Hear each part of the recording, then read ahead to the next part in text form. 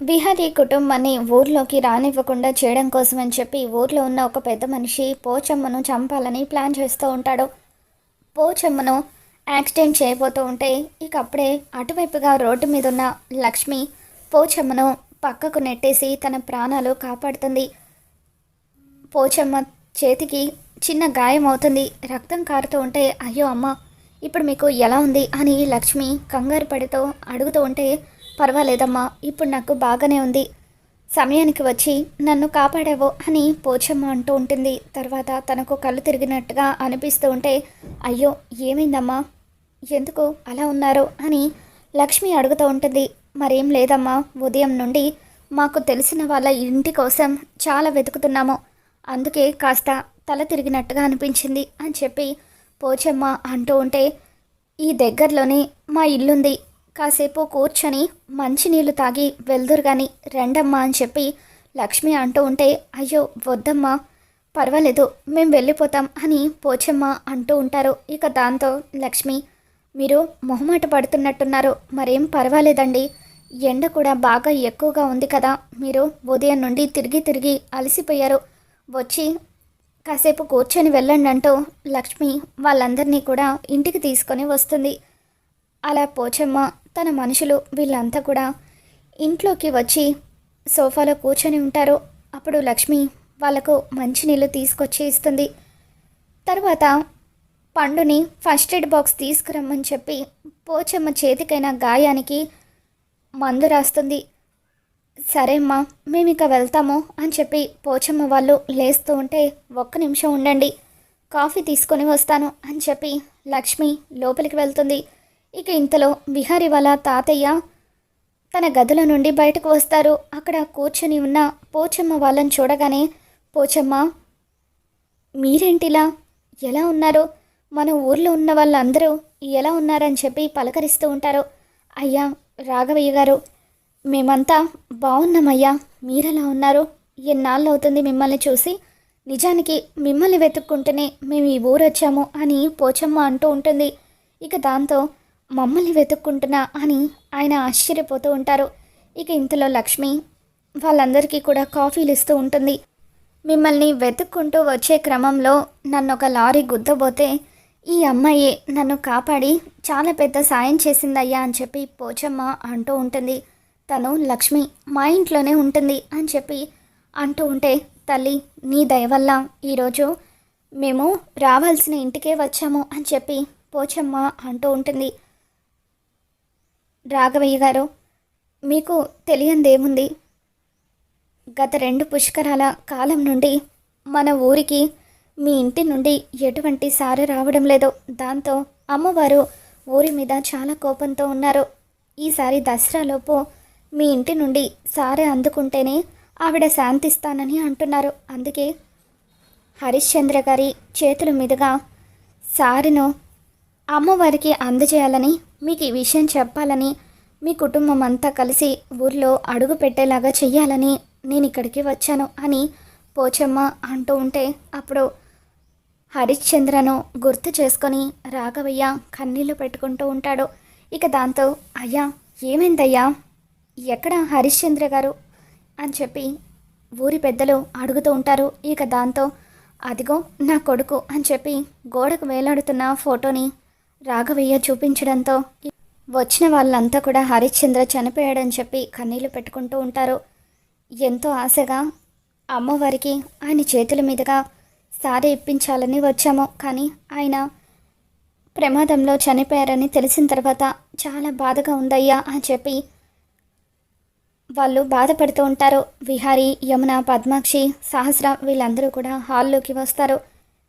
అయితే ఈ ఇంటి నుండి సారీ అందుకోవాలన్న అమ్మవారి కోరిక నెరవేరదా అని చెప్పి వాళ్ళు అంటూ ఉంటే నా వారసుడు చనిపోయాడు, కానీ ఈ ఇంటి వారసుడు ఇక్కడే ఉన్నాడు, అదిగో నా మనవడు విష్ణు విహారీ, నా మనవడు హరిశ్చంద్ర కొడుకు అని చెప్పి విహారిని ఊరి వాళ్లకు రాఘవయ్య పరిచయం చేస్తాడు. ఇక దాంతో వాళ్ళంతా కూడా ఎంతగానో సంతోషిస్తూ విహారీ వైపు చూస్తూ నమస్కారం అయ్యా, మీ నాన్నగారు మీ నాన్నగారు ఊర్లో ఉన్నప్పుడు ఊరి ప్రజలందరూ కూడా ఎంతో సంతోషంగా ఉండేవారు. అమ్మవారి విగ్రహాన్ని వెలికి తీయించి ఆ అమ్మవారికి గుడి కట్టించారు. నిత్యం పూజలు జరిగేలాగా చేశారు. అలాగే పేదవాళ్ళందరికీ కూడా మీ నాన్నగారు ఎంతో సాయపడేవారు. అనుకోకుండా మీ కుటుంబం అంతా ఊరి నుండి వచ్చేయడం వల్ల అప్పటి నుండి మీ ఇంటి నుండి అమ్మవారికి సారి అందడం లేదు. దాంతో అమ్మవారు ఊరి మీద ఆగ్రహంతో ఉన్నారు. ఆ అమ్మవారి కోరిక మేరకు ఈ ఇంటి వారసుడిగా మీరొచ్చి ఆ అమ్మవారికి మీ చేతులతో పూజలు అందించి సారె అందించినట్లయితే మా ఊరంతా కూడా హాయిగా సంతోషంగా ఉంటుంది అని పోచమ్మతో పాటు వచ్చిన వాళ్ళు విహారీకి చెబుతూ ఉంటారు. ఇక దాంతో రాఘవయ్య తప్పకుండా నా మనవడు వస్తాడు, నా మనవడికి పెళ్ళి కూడా అయింది, నా మనవడితో పాటు నా మనవరాలు వాడి భార్య సహస్ర కూడా వస్తుంది, వాళ్ళిద్దరి చేతుల మీదుగానే అమ్మవారికి మేము సారె అందజేస్తామని చెప్పి రాఘవయ్య అంటూ ఉంటే, అలాగే అయ్యా, రేపు మీ రాక కోసం మేము ఎదురు చూస్తూ ఉంటాము, మీకు ఏర్పాట్లన్నీ కూడా ఘనంగా జరిగేలాగా చేస్తాము అని చెప్పి వచ్చిన వాళ్ళందరూ కూడా దండం పెట్టేసి అక్కడి నుండి వెళ్ళిపోతారు. ఇక రాఘవయ్య విహారీతో, విన్నావు కదా విహారీ, రేపే మనమంతా కలిసి మన ఊరైన రామపురం వెళ్తున్నాము అని చెప్పి అంటూ ఉంటే, చాలా రోజుల తర్వాత మళ్ళీ మనం మన ఊరికి వెళ్ళబోతున్నాం, చాలా సంతోషంగా ఉంది నాన్న అని చెప్పి పద్మాక్షి అంటూ ఉంటుంది. ఒసే సహస్ర, నేను పుట్టిన ఊర్లో అమ్మవారి గుడి ఉంది, ఆ అమ్మవారు ఎంతో మహిమ గలవారు. ఆ అమ్మవారికి రేపు ఈ ఇంటి కోడలిగా నీ చేతులతో సారీ ఇవ్వబోతున్నావు, నిజంగా నువ్వు చాలా అదృష్టవంతురాలివే. ఆ అమ్మవారి దయ వల్ల మన కుటుంబానికి వచ్చిన సమస్యలన్నీ కూడా తొలగిపోవాలి అని చెప్పి పద్మాక్షి అంటూ ఉంటుంది. ఇక అందరూ అక్కడి నుండి వెళ్ళిపోయి లగేజ్ సర్దుకుంటూ ఉంటారు. పద్మాక్షి లక్ష్మికి వార్నింగ్ ఇస్తూ, వసే లక్ష్మి, రేపు మేమంతా రామాపురానికి వెళ్తున్నాము, ఎట్టి పరిస్థితులను నువ్వు మాత్రం ఆ ఊరికి రాకూడదు, ఇక్కడే ఉండి ఇంటిని జాగ్రత్తగా చూసుకో, మేము తిరిగి వచ్చేంత వరకు నువ్వు ఒళ్ళు దగ్గర పెట్టుకొని జాగ్రత్తగా ఉండాలి అని చెప్పి పద్మాక్షి లక్ష్మికి వార్నింగ్ ఇచ్చి అక్కడి నుండి వెళ్ళిపోతుంది. ఇక ఆ రోజు రాత్రి రాఘవయ్య గారు ఒక దగ్గర కూర్చొని ఉండగా పండు లక్ష్మి ఇద్దరు కూడా రాఘవయ్య గారి దగ్గరికి వస్తారు. ఇక అప్పుడు పండు, అవునయ్యా, అసలు పెద్దయ్య గారు ఎందుకు ఆ ఊరు నుండి వచ్చేశారు అని అంటూ ఉంటే, యమునను నా కొడుకు ప్రేమించి పెళ్లి చేసుకున్నాడు, దాంతో ఊర్లో వాళ్ళందరూ కూడా తల ఒక మాట అనడంతో వాడు బాధపడి ఆ ఊరు వదిలిపెట్టి వచ్చేశాడు. వచ్చేసేటప్పుడు అమ్మవారికి తన చేతులతో ఇవ్వాల్సిన సారె కూడా ఇవ్వలేదు. అలా వాడు వచ్చిన తర్వాత 2 ఏళ్ళకే ప్రమాదంలో చనిపోయాడు. అలా అమ్మవారికి ఈ కుటుంబం నుండి సారె వెళ్ళక 25 సంవత్సరాలు అవుతుంది. అమ్మవారికి సారె వెళ్ళకపోవడం వల్లే ఇప్పుడు మన కుటుంబానికి ఇన్ని సమస్యలు. అదే ఒకవేళ ఈ ఇంటి నుండి సారె వెళ్తే తప్పకుండా మన సమస్యలన్నీ కూడా చక్కబడతాయి అని చెప్పి రాఘవయ్య గారు అంటూ ఉంటారు. సరే సరే, మీరు కూడా పడుకోండి, మళ్ళీ ఉదయాన్నే ఊరు వెళ్ళాలి కదా అని చెప్పి రాఘవయ్య గారు అక్కడి నుండి వెళ్ళిపోతారు. ఇక ఆ తర్వాత లక్ష్మి పండుతో, పండు, నేను కూడా ఎలాగైనా సరే రేపు ఆ ఊరికి వెళ్ళాలి, ఈ ఇంటి కోడల్ని నేనే కాబట్టి నా చేతులతో నేనే అమ్మవారికి సారే ఇవ్వాలి, లేకపోతే ఈ సమస్యలు తొలగిపోవు అని చెప్పి లక్ష్మి అంటూ ఉంటుంది.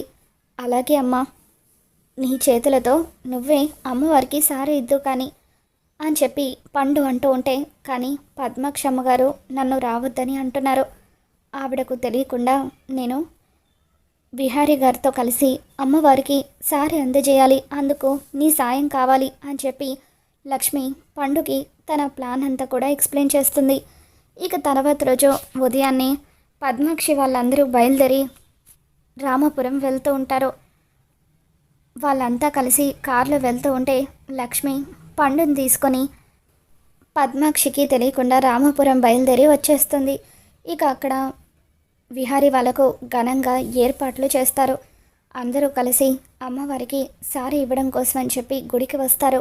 ఇక అక్కడ గుడిలో లక్ష్మిని చూడగానే పద్మాక్షి, ఏయ్ లక్ష్మి, నువ్వెందుకు వచ్చావే ఇక్కడికి, నువ్వేదో ఈ ఇంటి కోడలైనట్టుగా అమ్మవారికి నీ చేతులతోనే సారీ ఇవ్వాలన్నట్టుగా అలా ఓవర్ యాక్షన్ చేసుకుంటూ వచ్చావేంటి, నేను రావద్దని చెప్పాను కదా అని అంటూ ఉంటే, అప్పుడు వస్తా, నేనే తనను తీసుకొని వచ్చానక్క.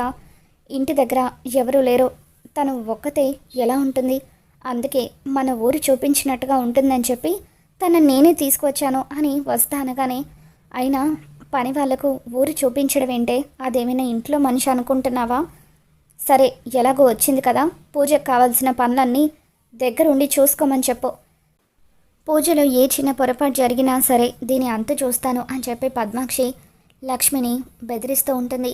లేదమ్మా, నా వల్ల ఎటువంటి పొరపాటు జరగకుండా నేను చూసుకుంటాను అని చెప్పి లక్ష్మి అంటూ ఉంటుంది. ఇక పూజ పూర్తయిన తర్వాత విహారీ సహస్ర ఇద్దరు కూడా అమ్మవారికి సారె ఇవ్వబోతూ ఉంటారు. ఇక అప్పుడు విహారీ మనసులో, నిజానికి నా భార్య లక్ష్మి చేతులతో అమ్మవారికి సారె ఇప్పించాలి, కానీ నా భార్య కానీ ఈ సహస్ర చేతుల మీదుగా సారె ఇవ్వాల్సి వస్తుంది. ఇప్పుడు నేను ఏం చేయాలని విహారీ ఆలోచిస్తూ ఉంటాడు.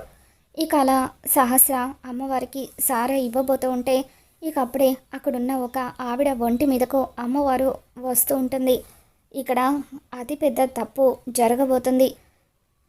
నీ చేతుల మీదుగా నేను సారె అందుకోవడానికి సిద్ధంగా లేను. పొరపాటు జరుగుతుంది. సారె ఇవ్వాల్సింది ఈ ఇంటి కోడలు, నువ్వు కాదు అని చెప్పి అమ్మవారు ఒంటి మీదకు వచ్చిన మహిళ అంటూ ఉంటుంది. దాంతో సహస్రాకు చెమటలు పడుతూ ఉంటాయి.